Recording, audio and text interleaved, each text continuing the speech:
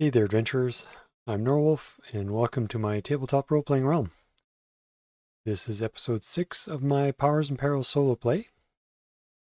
Oh, let's get into it. When last we left our intrepid adventurers, Gilder and Raffen had snuck into the bandit camp using Gilder's invisibility spell and dealt with the bandit leader and his second-in-command. When the other bandit members saw the leader get taken down in a massive cleave, they all scattered, other than the second in command, who thought it was worth trying to take out Raffen because he didn't see Gilder at the time, and win that precious sword that that the bandit leader had in his possession. That didn't go so well because Gilder's spell went off and took him out. So, where we left off was Gilder had just cast a healing spell on Raffen and restored some of his hit points. And what I want to do before we kind of get into things here is go through some of the updates to the character sheets. Just realized it's a little hard to see the yellow highlighting that I did on the updated printed character sheet. So I'll just point out a few things that have changed. So as you may recall, we added, for Gilder, we added points to agility, intelligence, and empathy in the last few battles. So the new current ability totals are on the new sheet. With the changes to intelligence and empathy, that it increased his mana level because it's intelligence, will, and empathy divided by 10 round up. And that in turn increased his casting ability, which is his magic experience level times his mana level. He now has 48 mana points. And that also increased his magic defense value because it's the mana level plus the MEL divided by 2, and that's rounded up as well. And let's see, with the empathy change, that modified his influence chance slightly. He's used 20 mana points so far of his 48. And I've updated his combat experience points. He has 449, and he's 1 point short of combat experience level 4. So maybe we'll get something done with that today. Let's see, what else is there?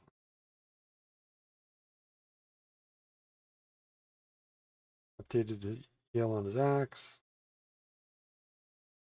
The heal side of things. Just updated his current axe expertise level. How many partials he's got there. Added in heater shield into the list.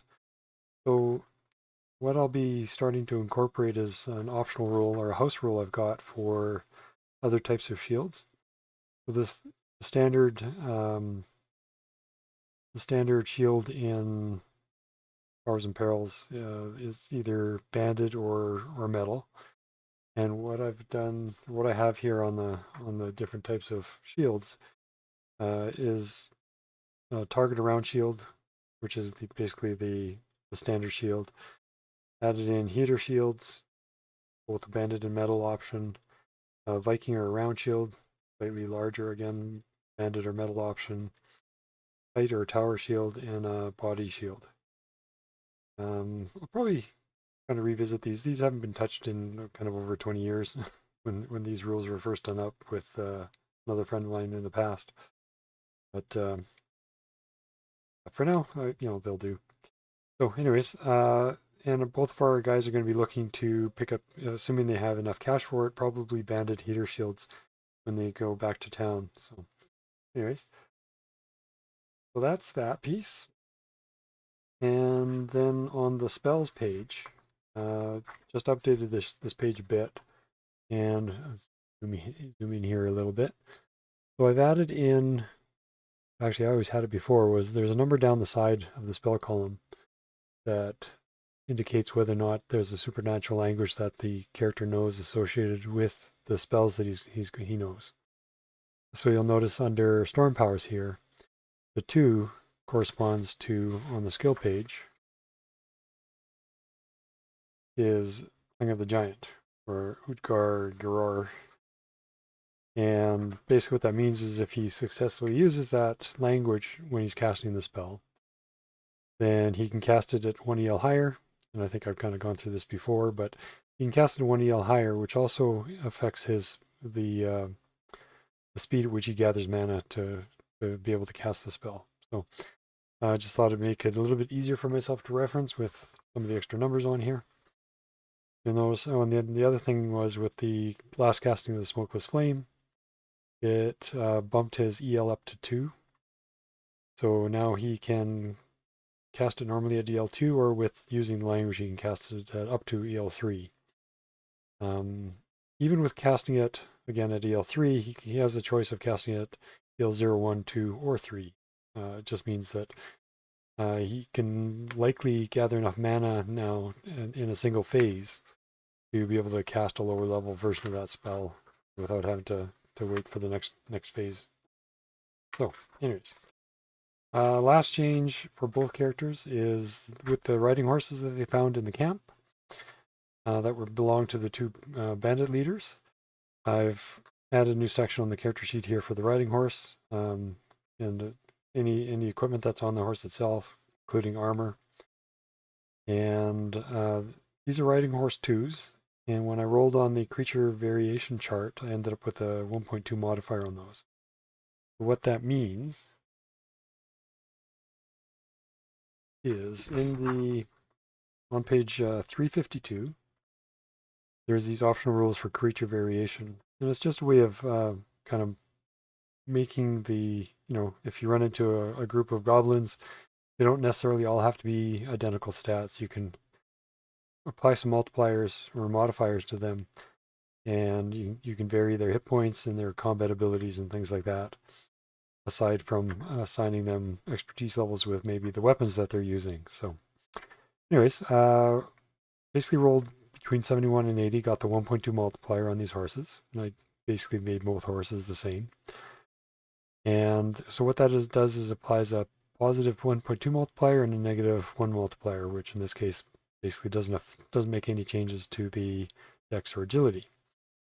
What the 1.2 does is multiplies against the average hit points, natural weapon index, damage tolerance value, strength, stamina, constitution, natural armor value, magic defense value, combat difficulty factor, contact level and energy level, and optionally healing chance, which I do use. Basically it's a slightly improved horse, I guess, a riding horse 2 in this case. So this horse has 18 hit points, strength of 20, stamina 20, dex and agility of 10 and 14 respectively, and a constitution of 35, and a movement rate of 25, which probably breaks down to 7676, something like that, or 776, 7776. I don't know. Anyways, when I need to move these guys in combat, I'll figure out their movement rates, their phase movement rates at that time. So that's the updates to Gildor and the horses. So Raffen.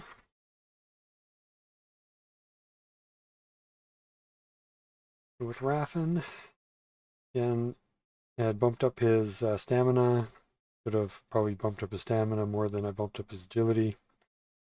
Mind you, I think at one point he got 2 points, and I could only put half of the points into any one skill or any one ability. So, anyways, he's at 30 and 18. That really didn't affect any of his stats at all at this point, except for his healing chance, which bumped up slightly because of his stamina increase.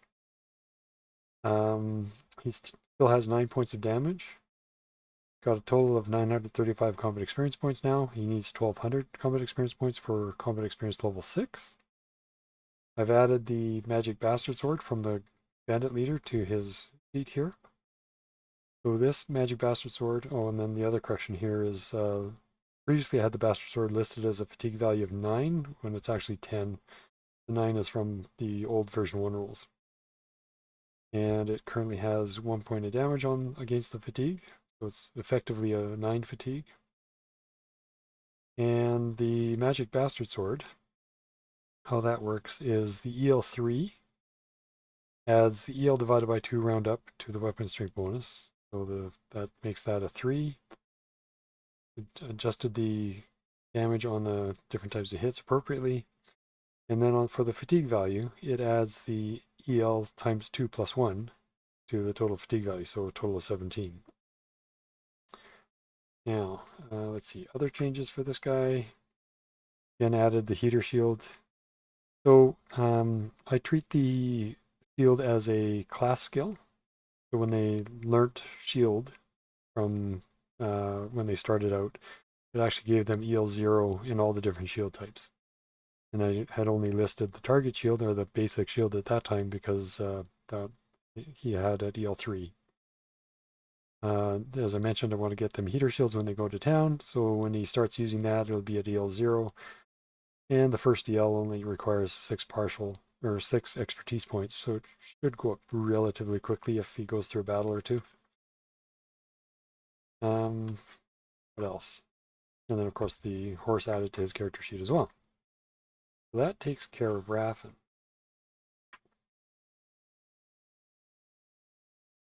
No other bookkeeping items here.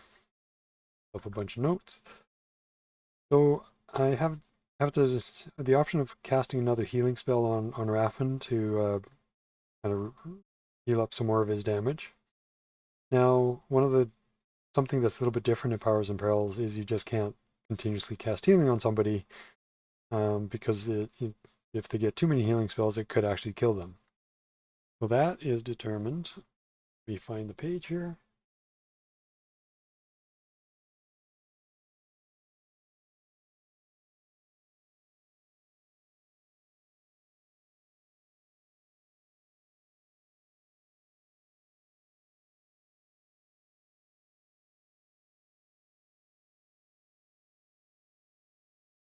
All right. So magical healing. So let's see. Oops. One page. Where's the other one? There's the other page. So when more than one magical healing power, regardless of type, is used on a given character in the same 24-hour period, it can kill. The chance that a character can withstand a treatment is his constitution times 2, minus the damage taken, times the number of times he's been healed, less 1. So he gets the first heal for free.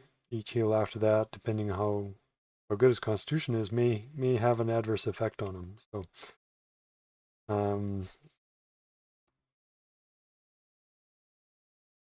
So Raffen here has a constitution of 56. So that's going to be 112 for the constitution times 2. And he's only got 9 points of damage. And this would be his second heal. So 9 points subtracted from the 112 gives him still is only 103. So he has to roll under 103 on percentile. So essentially, he can take the second heal without any issues. Third or fourth heal during the day, he starts getting into, depending on how much damage he's taken at that time, could, run him the risk of getting killed by a healing spell. So healing isn't infinite here.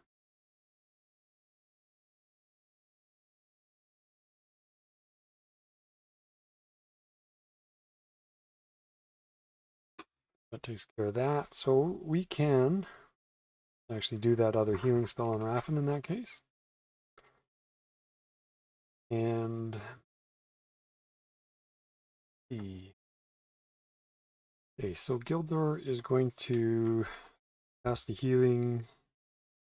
This EL1, EL2 doesn't really matter. He casted EL2 earlier, so Raffen already has the benefit of a increased healing chance.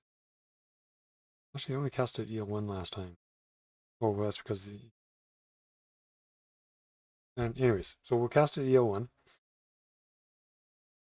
So base mana cost 1, EL1 is 3 points, and he gathers 3, so it'll basically one phase to gather the mana for it. That knocks off 3 more points. We're rolling on the 4 line. Raffen wants it to succeed, so he's subtracting 6 from his roll, 2 times the MDV, or from Giller's roll. So 51 minus 6. Well, it's a good thing he's got the mind that he's subtracting, so that's a successful cast of that spell. And for that, Gilder gets experience points is the base amount of cost, EL plus 2, so 3 points of experience. Gets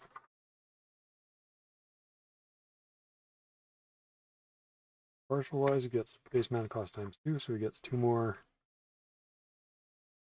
expertise points. And Raffen gets dice 6 plus his stamina bonus, which is increased by 1, and the EL of the spell, which is 1. So 2, 3, so dice 6 plus 3. So 6 more points back. So he is only down 3 points. Cool. Great. So that takes care of casting heal on Raffen. Raffen has the plus 10% to his heal chance the next day, so that plus 10%. And let's see, Raffen's sword was damaged. Right. So Raffen had hit the bandit leader for a total of 27 points of damage, which is more than double the fatigue value of the sword. And so there's a chance that it breaks. And even if it doesn't break, the fatigue value will be reduced an additional 1 point. So, numbers on here. Okay, so 27 points minus the fatigue value gives him an 18% chance of just outright breaking his bastard sword. So let's see if he's managed to not break his bastard sword. 17. So his bastard sword breaks.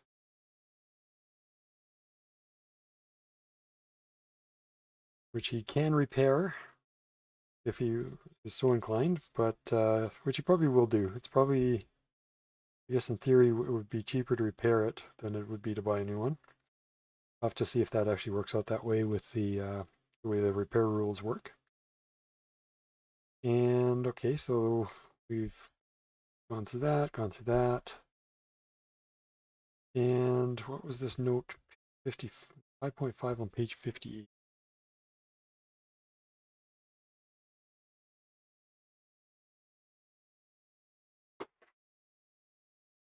5.5. Right.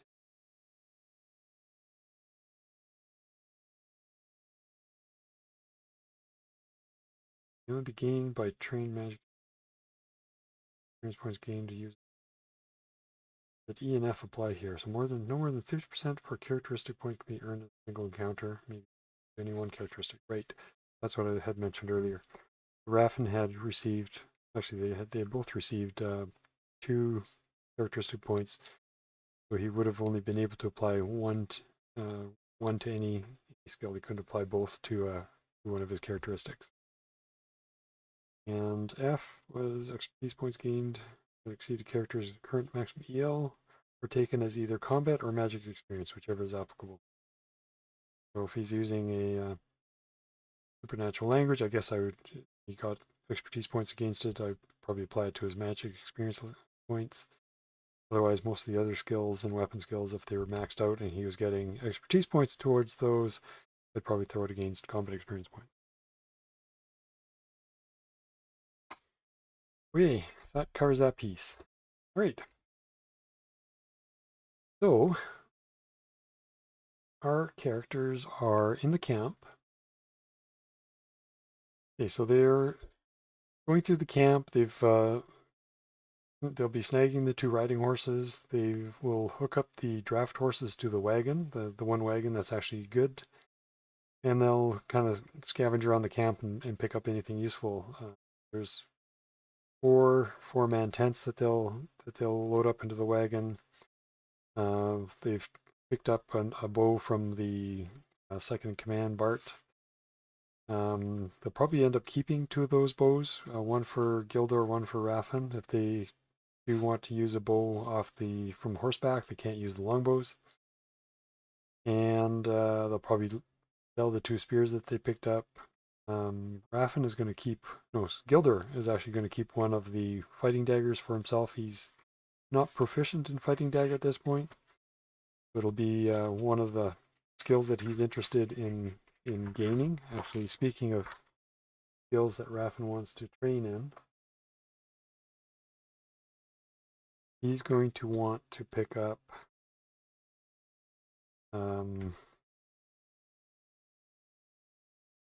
fighting dagger.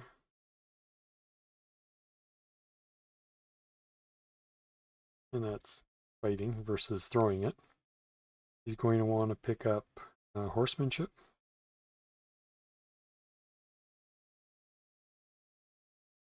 So that he can actually be a little bit more adept at riding the horse, as well as horse archery. And fortunately, Raffen has both of those skills. Actually, he's got all 3 of those skills. So horse archery, horsemanship, and fighting dagger fight. So he'll be able to train Gildor on those, I think, for the most part. So we will be working on getting those skills. The cost to learn, I'll have to figure out what those are. And then he'll start spending some time on training those skills when he has a moment. And let's see, what else? So basically they'll scavenge the camp, throw whatever they can into the wagon. Gildor will probably try and actually, I guess to make life easy, we probably have both of them riding in the wagon and just having the riding horses hooked up to the wagons at the back, just being led. We've got the 20-quart keg of fine wine in the back. And what else do these guys want? Oh, right, there's other notes of things they want to buy when they're in town here. So they spend the better part of the afternoon, probably mid-morning into the early afternoon, packing things up, getting whatever other miscellaneous stuff out of the camp, essentially disassembling the camp, making it less likely that the guys that had scattered will come back. That even though it's not likely that they'll come back anyways, I think the bandit leaders being taken out so quickly has probably disenchanted these bandits from pursuing their careers at the moment. So anyways, they head back to town. So they'll make their way from the forest area that they're in. Get a better shot here. So probably quicker for them to head north to the road and then head into Boon Quay. That probably takes them the rest of the afternoon to travel through the forest and get into Boon Quay. And they'll head for the inn and get the wagon, and actually they'll probably head for the general store first so they can unload some of the stuff and maybe even sell the wagon and draft horses.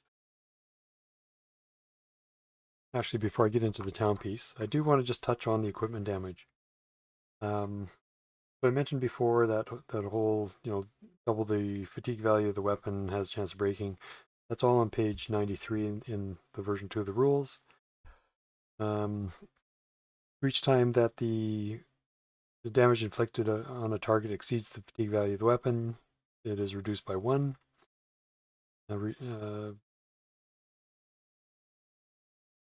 If the weapon does not break. Regardless of the current fatigue value, the weapon will never break automatically. Negative values just serve to increase the chance of breakage. So you start getting into negative fatigue values and you're actually making the chance of not breaking worse. So if the damage inflicted is double the fatigue value of the weapon or more, the weapon may break. So, again, the negative fatigue values, anytime you hit with it, you're more than double the fatigue value at that point. And that becomes the amount of damage inflicted becomes the percentage chance of it breaking. So with that 17, I rolled on the 18% chance of breaking. Armor, again, similarly, for the example they give here is the chainmail armor, which has an armor value of 4. So the warrior suffers 7 points. The armor ups 4 of the 7 points, and then 3 points go to both the armor and the person wearing it. Or sorry, the chainmail ups 3 points. It's AV3, and 4 points go to the warrior and the armor itself. So, and in this instance, the chainmail has, as I said, AV3, has a damage resistance of 35, so that 35 would be dropped down to 31. And then if the let's see, one blow damage. If the suit of armor suffers in excess of the armor value times 5, in the case of the chain armor there, if the warrior gets hit by 16 points of damage, then the armor value becomes 2 instead of 3. And what else here? Shields, just touching on the shield damage.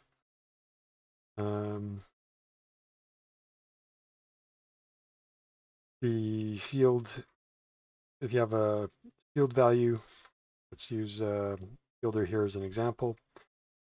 His banded target shield has an EL, he has EL2 in that shield. He has an armor value of 10 for that type of shield, which makes the total damage resistance in EL of 10. So if he takes 6 to 10 points of damage, then the shield would be damaged by 1, and that'll become a 9. If he takes in excess of 10 points, in this case, then the shield is broken. Damage block for the shield percent. Taken.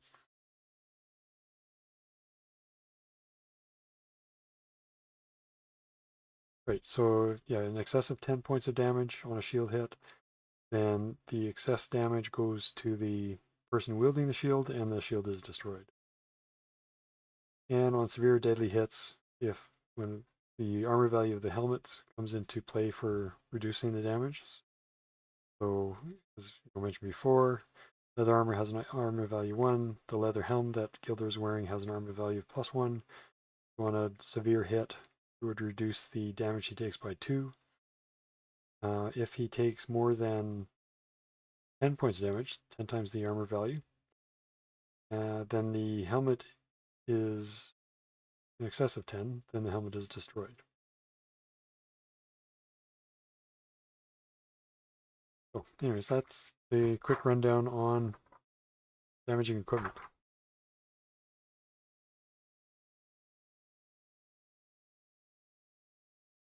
Nothing is forever when it comes to weapons and armor. You can wear out very quickly in just a few battles. Just, probably a somewhat more realistic representation of armor and people getting beat up. Okay, now, so they go into town, head for the general store, and look to unload the draft horses, the wagons, and some of these other things. And typically, as a DM, what I do for players trying to sell off or flog stuff like that, at best they would get 50% of the value. So at the general store, pull out the relevant pages here. The draft horses, and what I didn't roll for them is any sort of variation. Assume they're 1.0s in this case. They're just standard draft horses. So the draft horses are typically worth. Where are you? Girls, donkeys, mules, goats, dogs.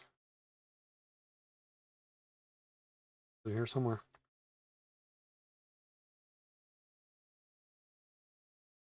War camels. Could be fun.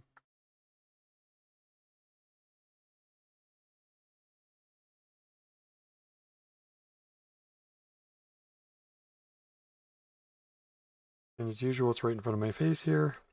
Draft horse. They're worth 1 gold coin each. So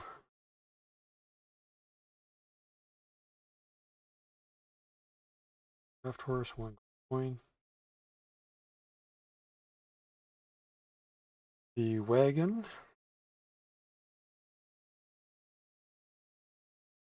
is going to be,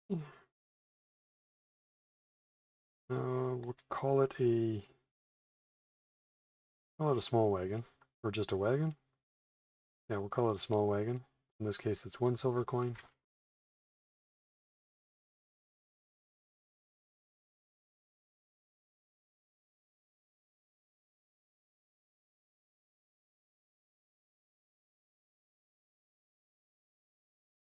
Okay, and what else do we have here?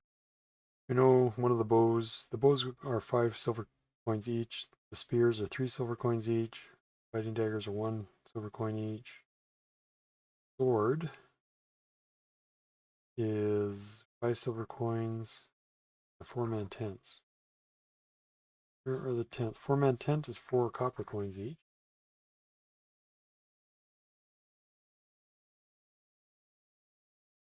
And the miscellaneous bunch of other stuff, I'll just assume that they'll either throw in or it'll contribute to getting 50% of the actual cost for some of these items.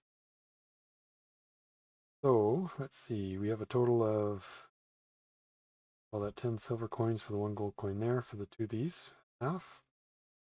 We get 0.5 silver coin for this guy. 2.5 for the bow, one of the bows. We'll get 3 silver coins for the 2 spears. 0.5 for the 1 fighting dagger. Off the sword, so 2.5. The 816 was 1.6 copper coins, or silver coins from the 4. Oh, sorry, half of that. 0.8.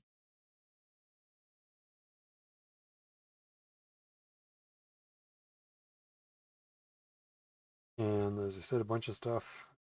That gives us a total of, let's see, 3, 6, 9, and 8. Did that right? So 19.8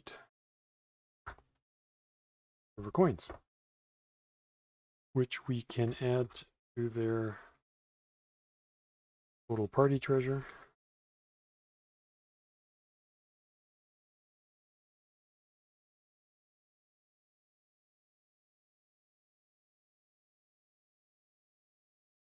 And 8 coins. Okay. So they have, let me pause here for a sec. I'll total up all these different coinage types they've got, see what they've got for total. Maybe they'll sell off this hairpiece and the jewel as well. So the jewel will give them 3 silver coins and the hairpiece will give them 2.5 gold coins. Plus 2, 5, plus 3. Okay, I'll be right back with some totals and probably a new copy of this sheet without all the scratching on it. All right, we're back. The one thing I forgot is the fine wine. So the fine wine is worth 5 copper coins per quart when they're buying it. And again, they'll take it to the inn that they're staying at and flog it to the innkeeper there. who taste the wine. He's quite happy with it, so he'll give them the half price for it. So they get 35 more copper coins for their troubles here. Actually, you know what? They're going to be even more generous. They're just going to give it to him. And we'll go from there. He'll give them a break on their accommodations.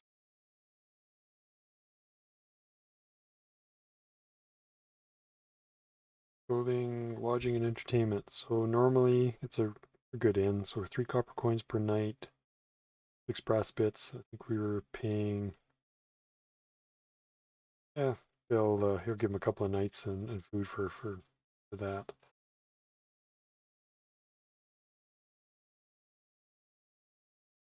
Maybe while they're staying in town. Yes, that would be. I think I was doing 1 silver coin total. So that would be, we'll say 3 nights accommodation with food. I think they're going to be needing at least 3 nights in town here to do some repairs and mana regen and stuff like that.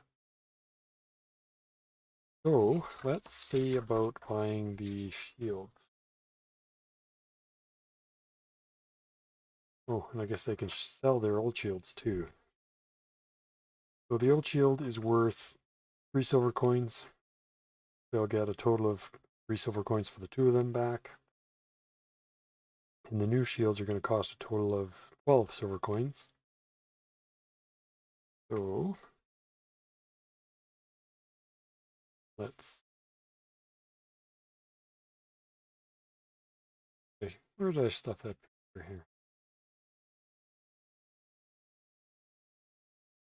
Okay, 12 silver coins plus the 3, so 9 silver coins for the 2 shields.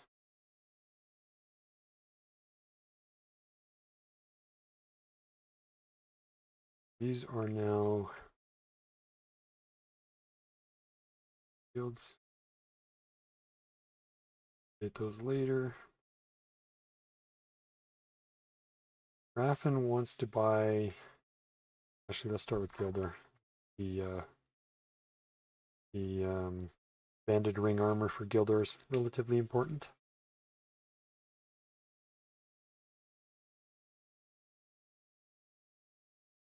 I'm going to keep his leather because he can wear his leather at night when they're resting, and wear the banded ring during the day when they're traveling or looking for a fight, or looking to run into trouble. Banded ring is 1 gold coin or 10 silver coins. 80% available. It'll be there. 9, no problem.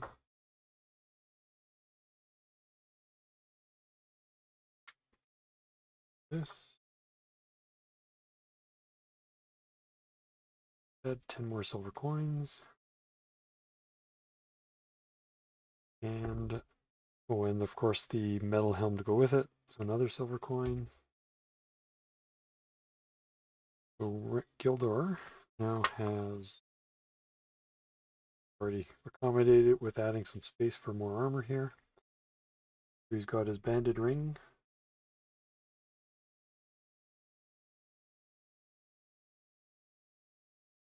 His helm. Armor value of +2. 2. 2 and +2 here. Metal helm. DR on the helm is going to be 20. DR on the banded ringmail 2 is going to be 20 as well. That's what Raffen is wearing. 20. No damage on it, of course. And now Raffen's leather armor.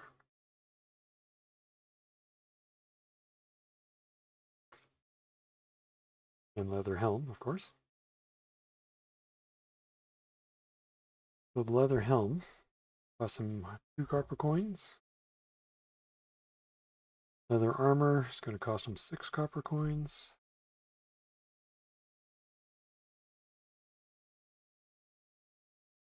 His here with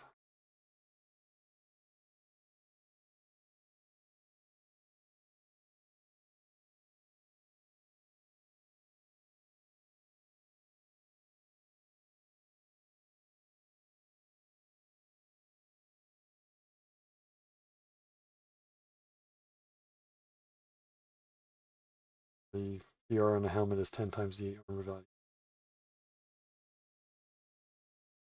Alright, so that takes care of buying their armor and weapons and, well, armor and shield. What else did these guys want? Oh, right, they both kept a bow. Fill in their bow information. Oh. Anything else to buy here before I get ready? No, weather. Good. A few extra papers here.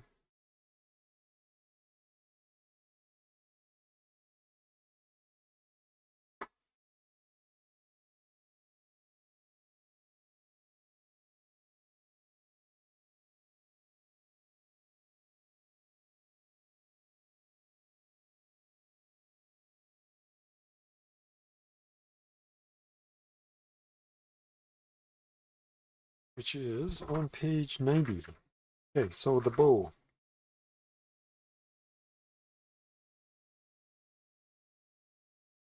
Okay, the bow is going to have a point blank of plus 14.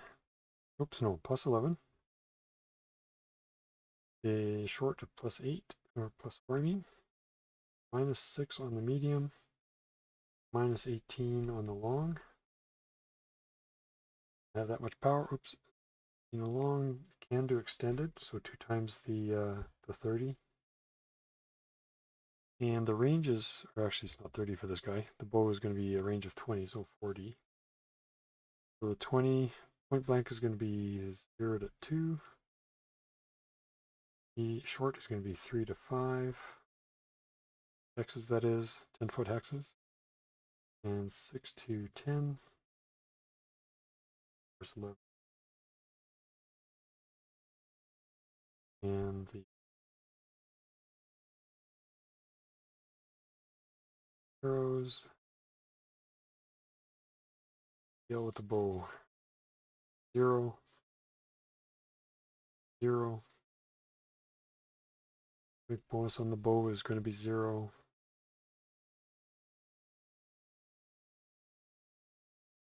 And so the damage is going to be no stamina bonus. Weapon street. Spear is going to be yell, which is 0. 0. Strength bonus doesn't apply to the bows. Okay. Raffen and Gilder are in the same boat with no bow skill. 0. Yep.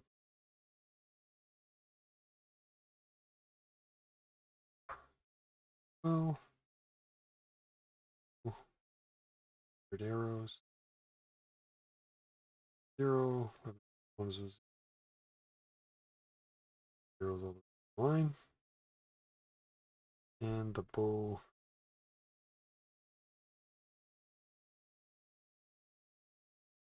2.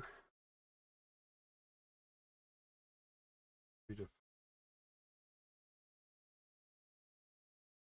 10.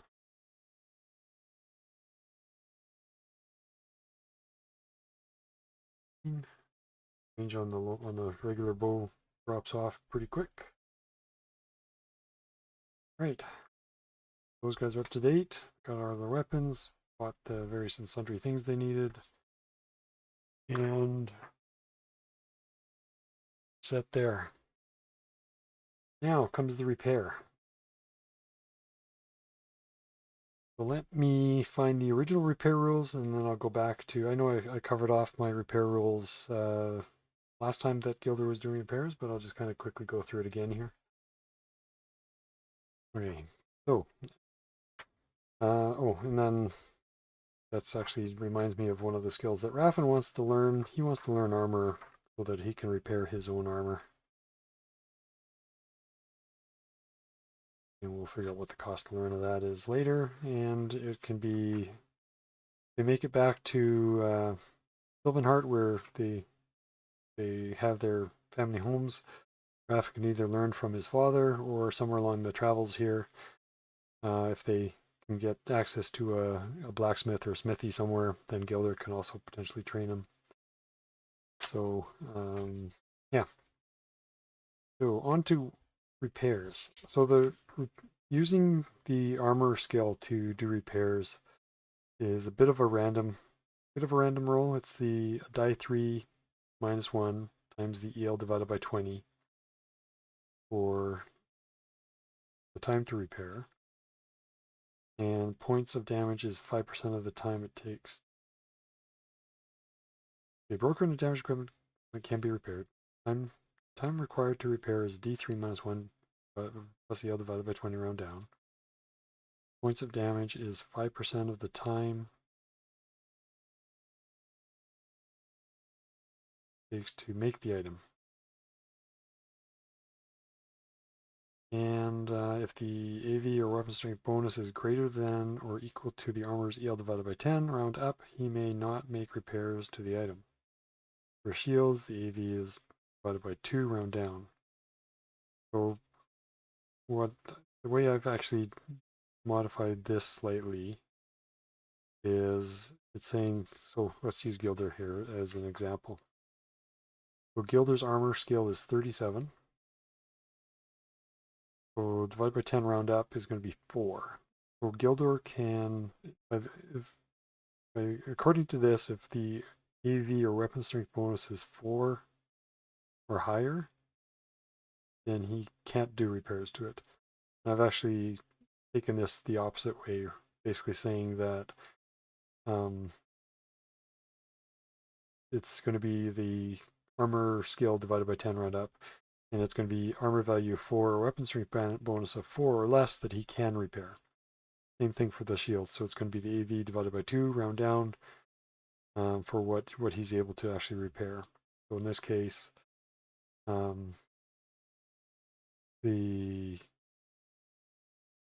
if he was trying to repair the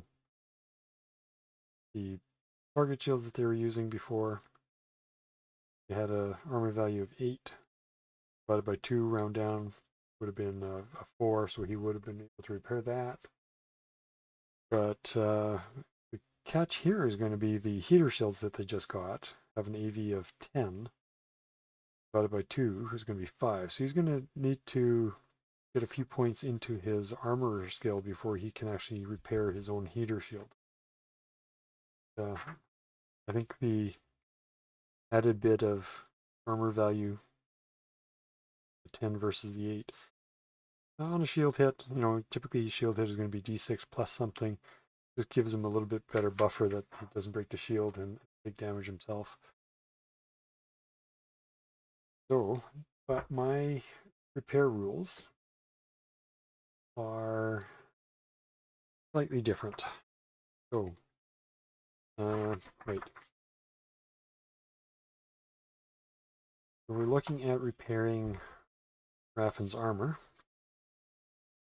Wherever Raffen is here. He's got 17 points of damage. So the banded ringmail, it costs 5 silver coins to purchase. Is that right? That number sound.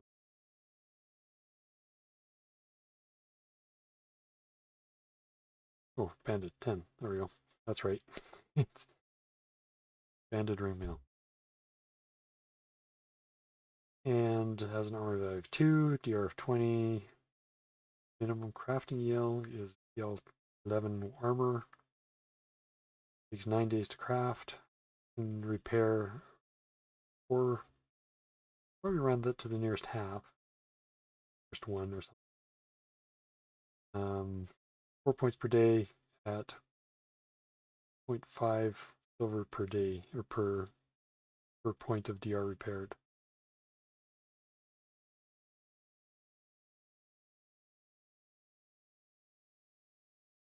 So the 17 points going to take just over 3 days. Going to cost him 8.5 silver coins to do the repairs.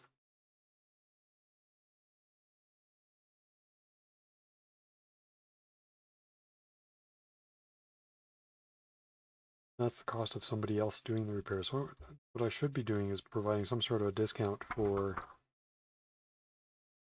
when Gilder is actually doing the repairs himself.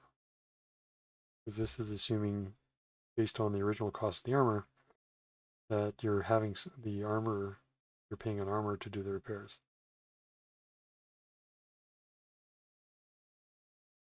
I might just cut that cost in half or something like that, just to account for Gilder's time, or savings, Gilder doing it himself. Sense to me. And yeah, so let's that's gonna be the just over 3 days that we're gonna spend in town here, just for the repairs on the armor. Might be simpler for these guys just to sell the or give the armor away and get a bit of a discount on a new set of armor for Raffen, and save themselves 3 days of sitting in town.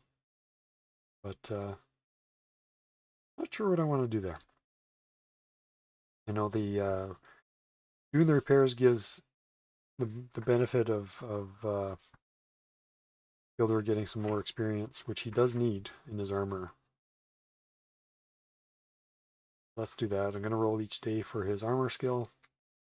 I'm going to say it's going back to the skill usage table. Okay, so going to skill chart here. Multipliers for skill use. I'm going to just say that typically the repairs are going to be fairly straightforward, as opposed to building new armor itself, which would be probably a higher difficulty, moderate, or difficult, depending on the nature of armor or some arbitrary ruling at the time.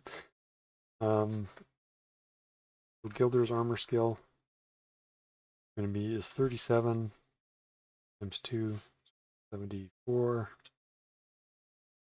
I'm going to roll all 3 or 4 days here.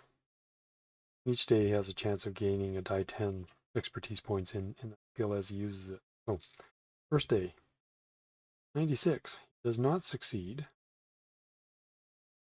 And what did I say? 74. So 25 points on top of that is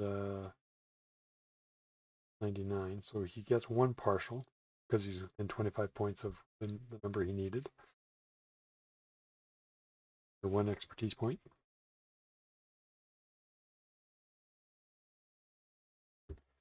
So day 1 goes by. Day 2 succeeds. He'll get one whole expertise point. And I'll just keep track of days here. 1, 2. Day number 3 does succeed again. Gets 10 points this day. Obviously learnt from his mistakes.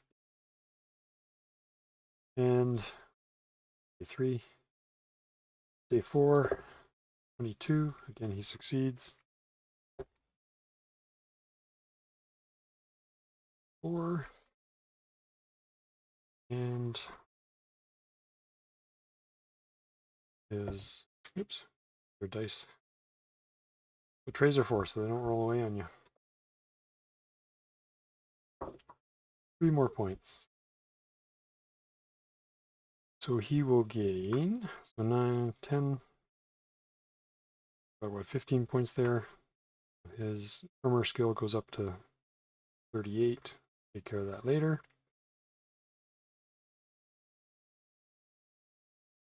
And kind of go through each of the days 1 point. So We know it's going to take him a total of 4 days. Actually, there's one more day. Sorry. The first day he didn't quite succeed, and we know that he needed just over 3 days to do the repairs. Day 5.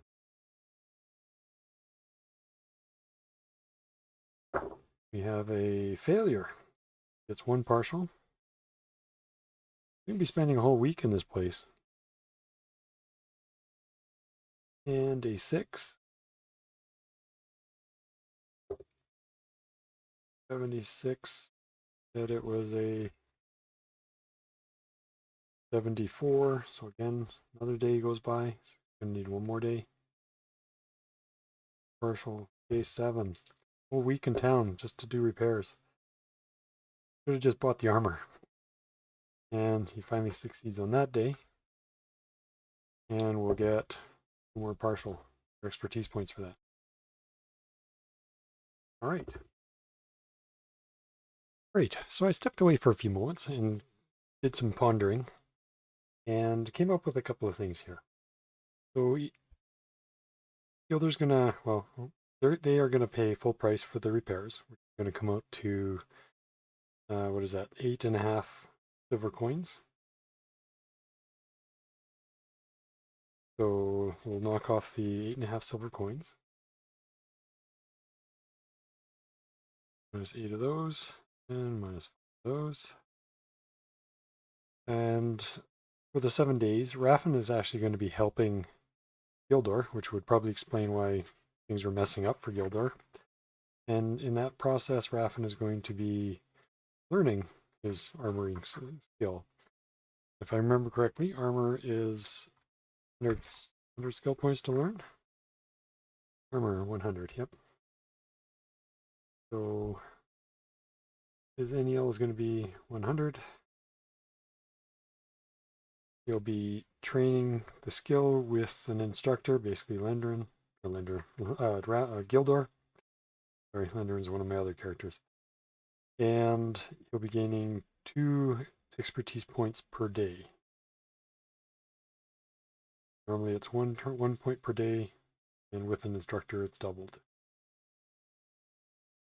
And there's no cost since Gilder's not going to charge him for the training, although he probably should, with the fact that it took him extra days to do the repairs. And, yeah, so while I'm here, I can fill in the other training items that Gilder wants to learn eventually. So the dagger course skill would give him the non-throwing version of the dagger.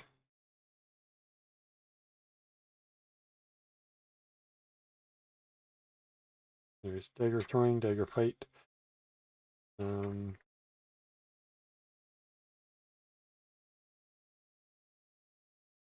Dagger throw, dagger fight. So fight is going to be cost to learn a 12.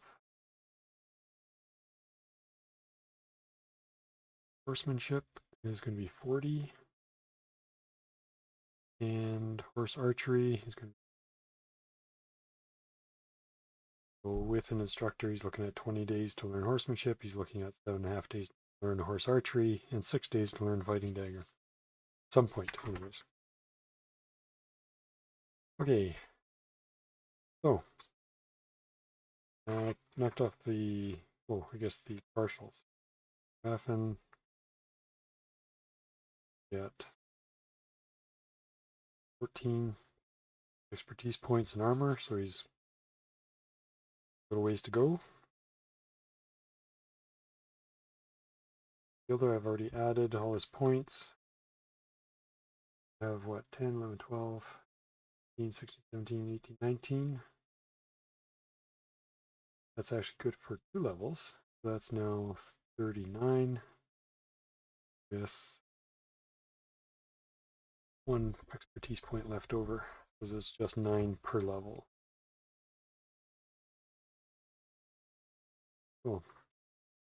2 more levels and he'll be able to manage AV5 and actually be able to repair the shield. So he's getting there.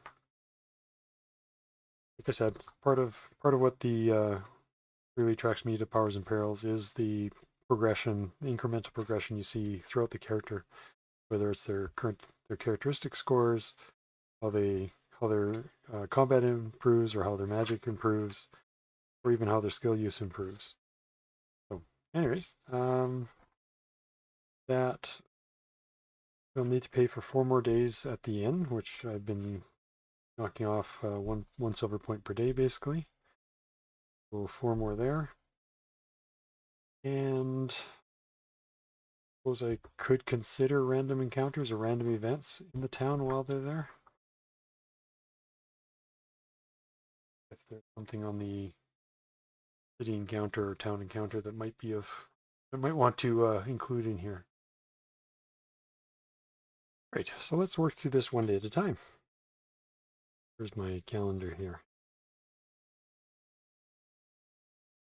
So on the 29th of May, they had dealt with the bandits. We know it's going to take 7 days. 1, 2, 3, 4, 5, 7.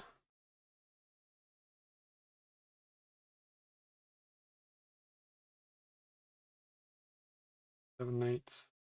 I'll actually need 1 more day, so of accommodations before they head out. 1 more silver coin there. And all right, so just might as well keep up on our weather as we go through this. Here's another 6-sided dice. Find another. All right. So let's start, and we might as well go through our daily tasks or steps here, so I don't completely get things off kilter. Right, so 30th.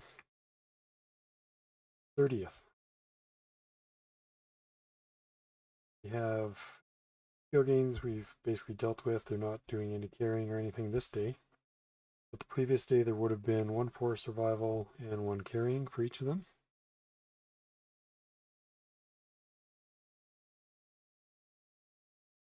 Let's get their character sheets here.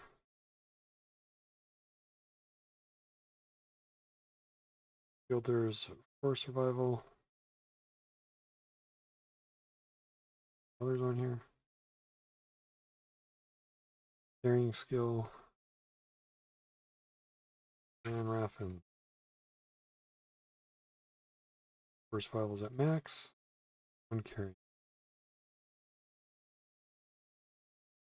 Alright. Food used. Eat here.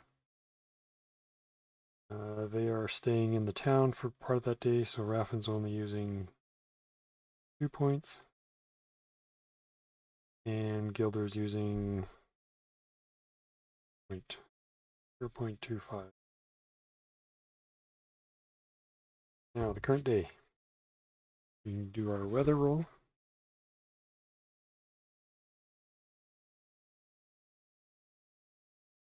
We're still in May. And we have a 7. Takes us up 1, so a bright, sunny, hot day.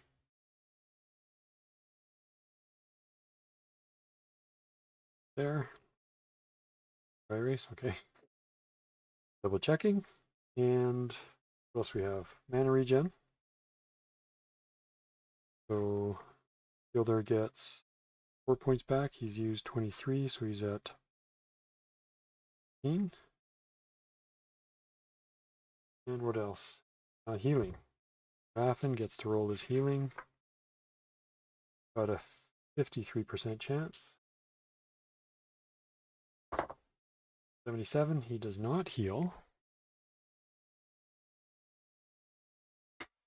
He is not, actually gets infected if it's 91 or higher. So, but his next roll is, although he loses the 10% on the next day, he gains, I think his constitution bonus is subtracted from the roll. Actually, I have to double check that. Okay, yeah, so let's see, healing.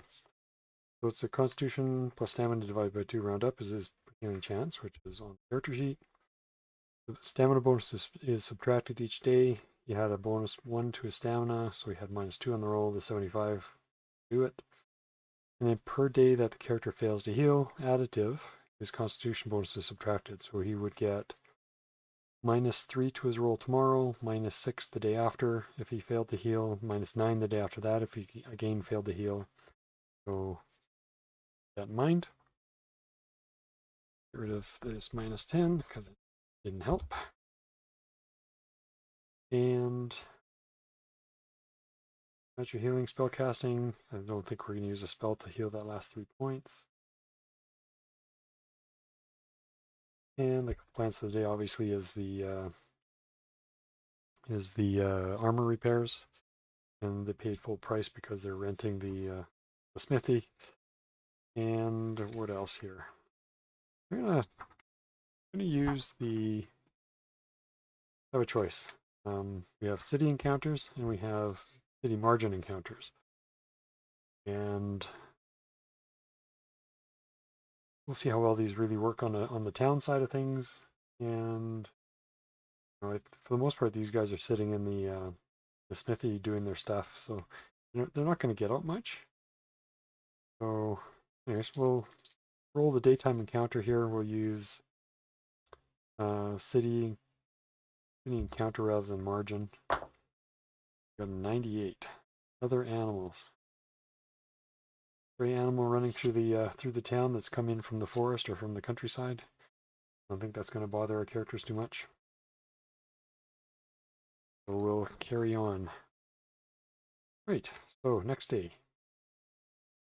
They'll be having all their meals at the inn, all the rest, so they won't be using any more food points going for the next 7 days.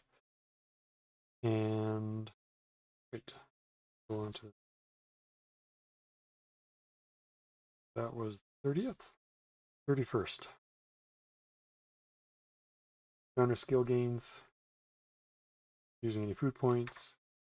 We'll update the weather. We're still in May. And back down to a sunny day, not quite as hot.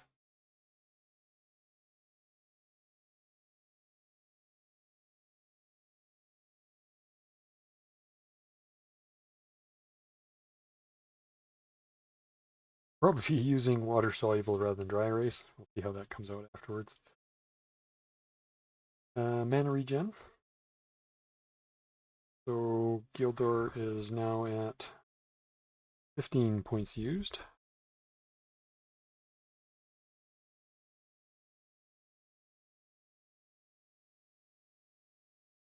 And healing, so Raffen has to roll 43 and he's got -3 and -4 to his roll. 21, so he heals a die 3 plus stamina bonus.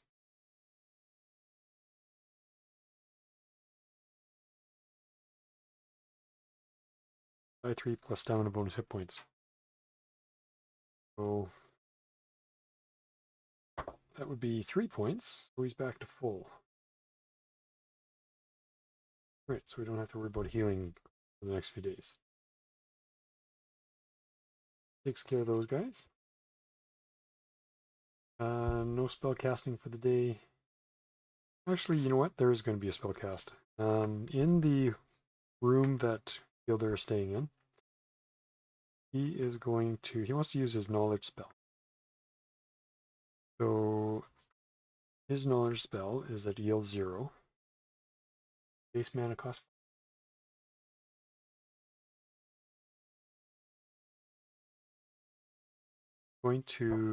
Can't use that to learn. So anyways, I mentioned in the last episode that knowledge allows you to learn kind of non-physical skills. So he won't be able to actually use any knowledge gain on these combat skills, but he could learn a new general skill. And I think what he might be working on you'd like to learn a new supernatural language to help augment his other spells. And I'd like to get him into doing some permanent magics at some point here in the play so that we can create some magic items and stuff and go through the magic system that this game has. So to that end, I'm going to let him learn the Dvalin, which is the supernatural Dwarvish language, which applies towards permanent magics and a few other spells. So to learn the supernatural language is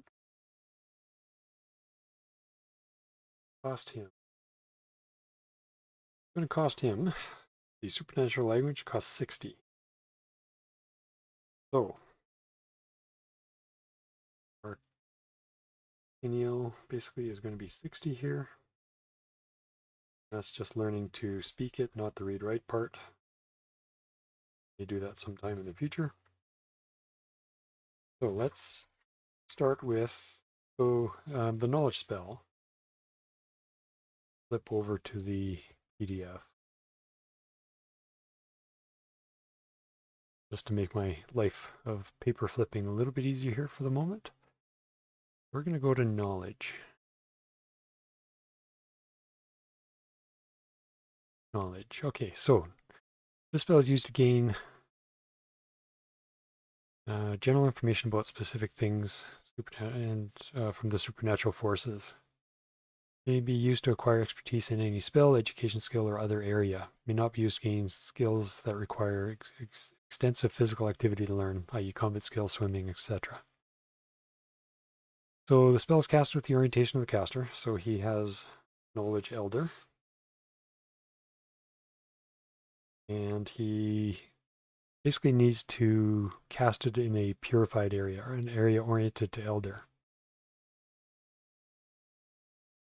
And he'll gain, assuming he successfully casts the spell, he'll gain a die 6 plus EL, which is 0. So die 6 expertise points in whatever it is he's trying to learn.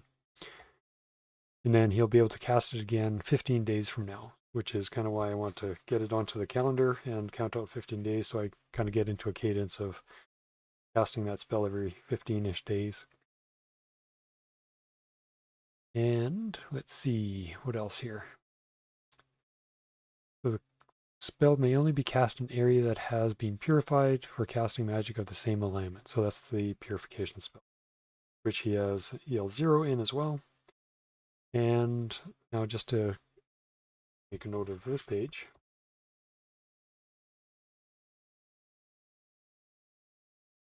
Knowledge, we're on page is this? Oh, 172. And purification. Perception, cleaner, petrify, preservation,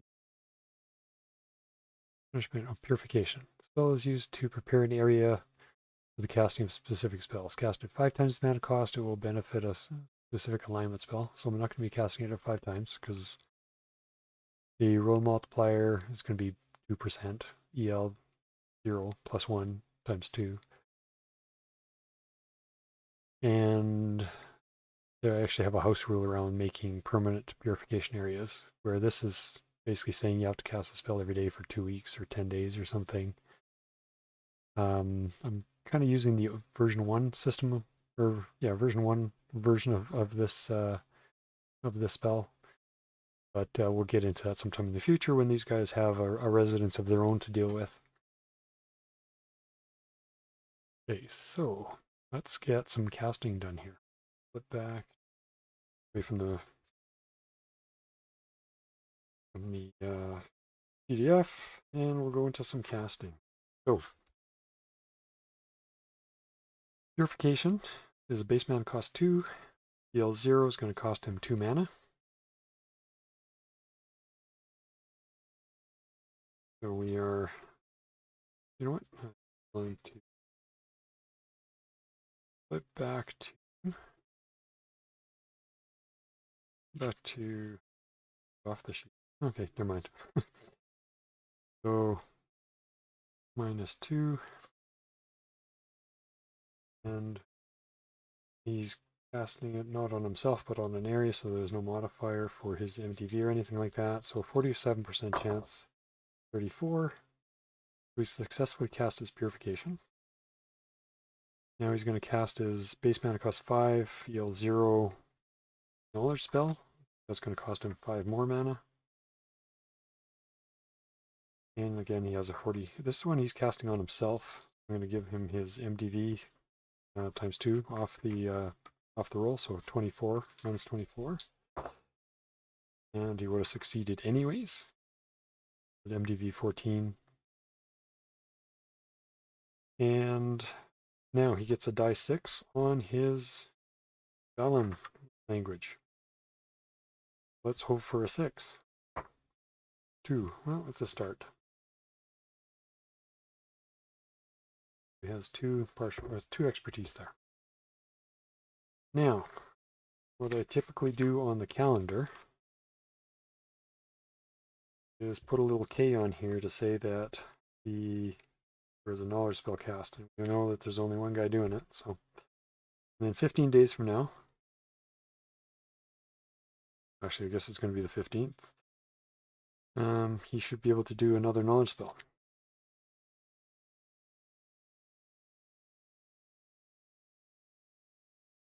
Okay, so that is spell casting for the day. The plans again, repairs. See if there's anything that we can trade out of a.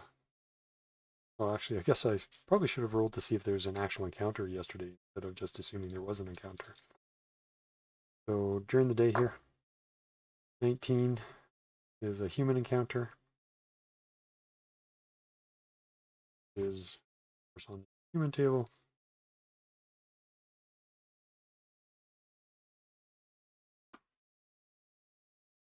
Find that page. Okay, so human encounters. Number found 10, 3, die 6, 4,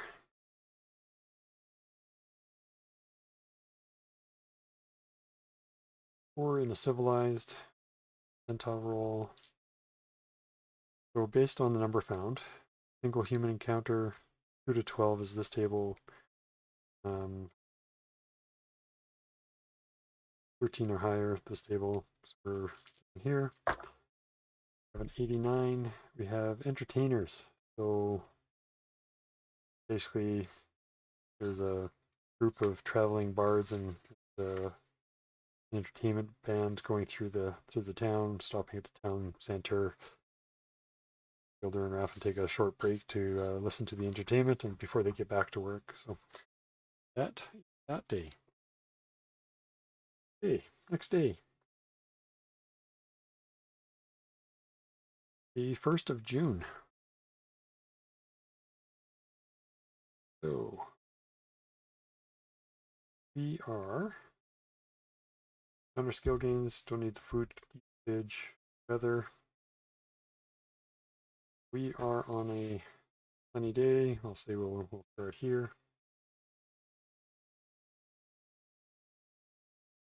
Probably raise 2, but winner. This one over here. And our 2d6 roll now for. Oh, sorry, we're still on that one. Never mind. My bad. So June, July, August. Got a 6. We are going straight down. So we are another sunny day, slight wind or breeze.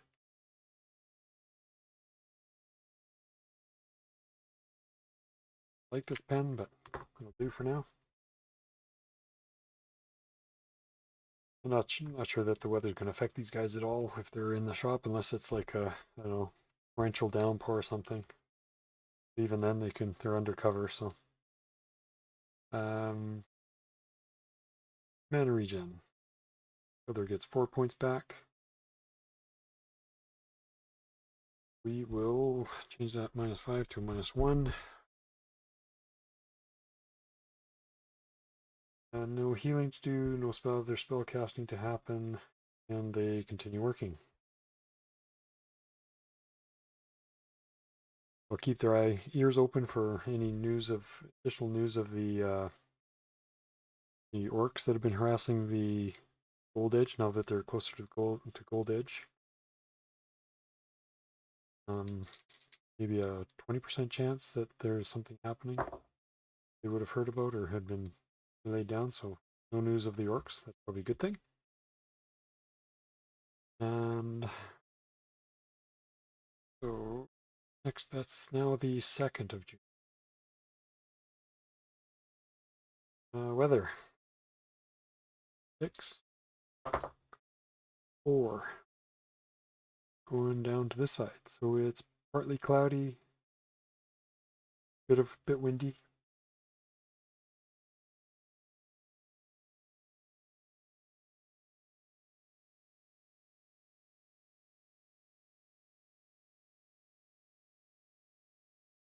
Mana regen. 4 more points back for Gildor. Minus 15, 11. And that takes care of that day. They keep working. We'll roll for a city encounter. 1. Page go.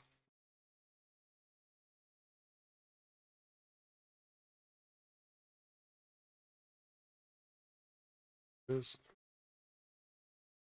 Time. 25. Another human encounter. Here is a 10, 2, a 6, 1. Let's see what this comes out to. 14. Messenger. What could a messenger mean? Let's say they come from Gold Edge and some of these funky cards here. Oops. And is this regarding the orcs? I would say not likely. So no. And is there something else that these cards can tell me?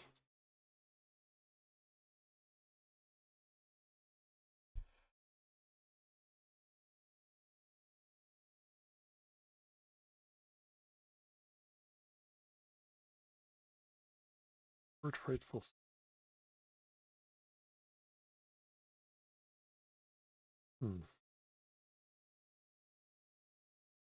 Good that there's anything here that I want to leverage at this point. So, anyways, we'll say the messenger was more for Smithy owner rather than for our characters. Great. That takes care of that day. So now we are the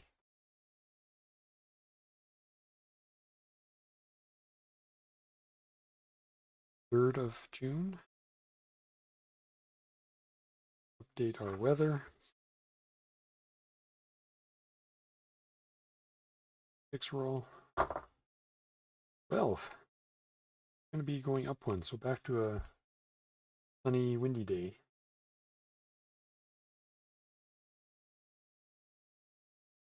Generally speaking, the weather's been pretty good.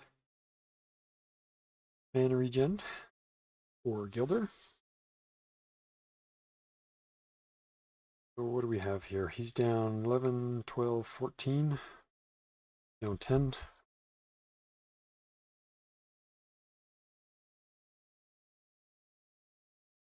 This rate, he'll be ready to travel with almost full mana. Or full mana.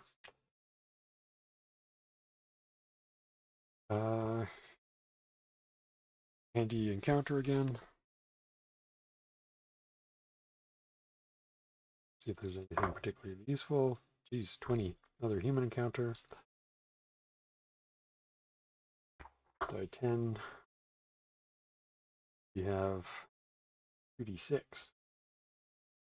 larger. 8. Civilized. 35. Bandits.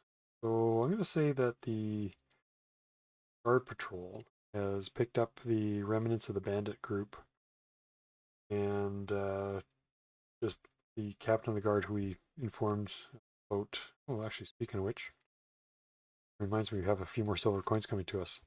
They had informed the captain of the guard that they had taken out the leader and 6 of the bandits. Would have been 6 more silver coins that they were offered for each of the bandits that they had taken out. So let's add our 6 coins.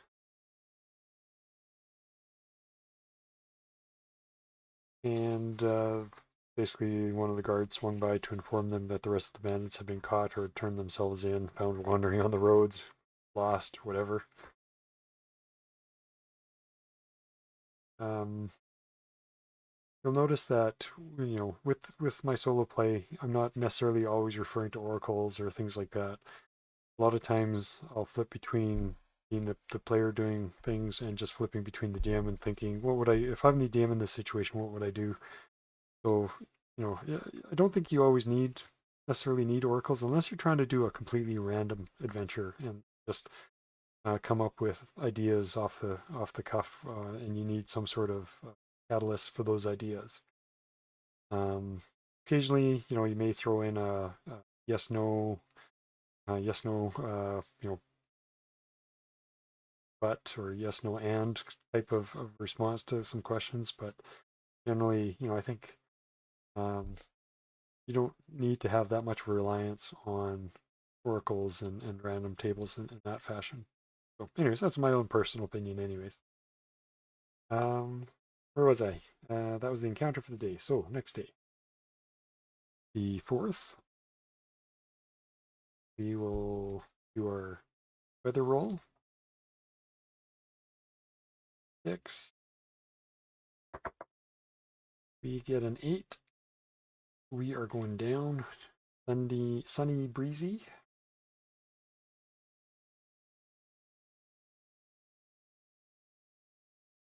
And our mana regen. Down 6 points now.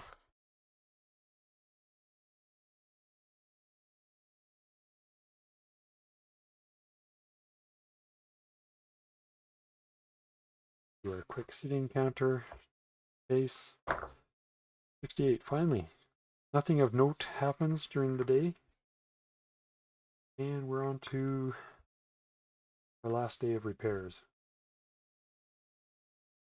And before these guys head out, actually I didn't roll to see if there was any news coming from oops. Gold edge.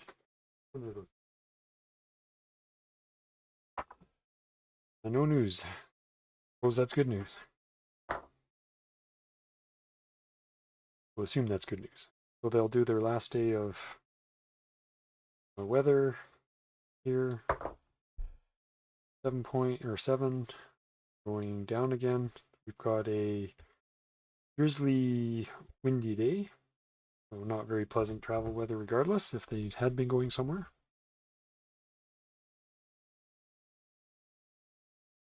And our mana regen.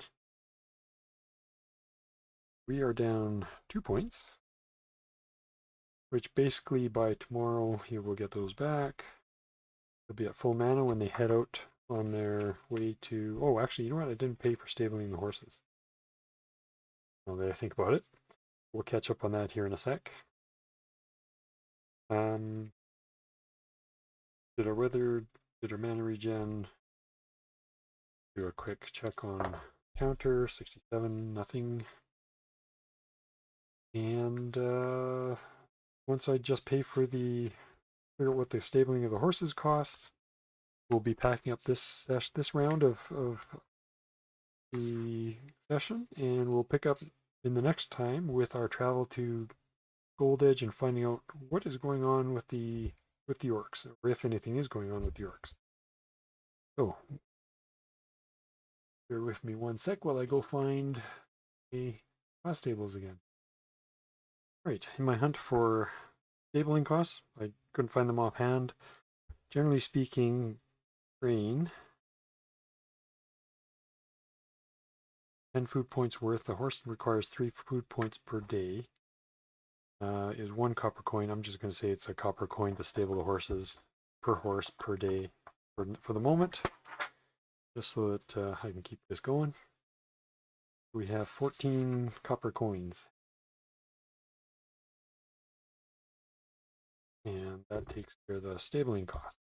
Actually, 8 days. So, sorry, 16. Right. So that will conclude this session. So we've repaired our armor.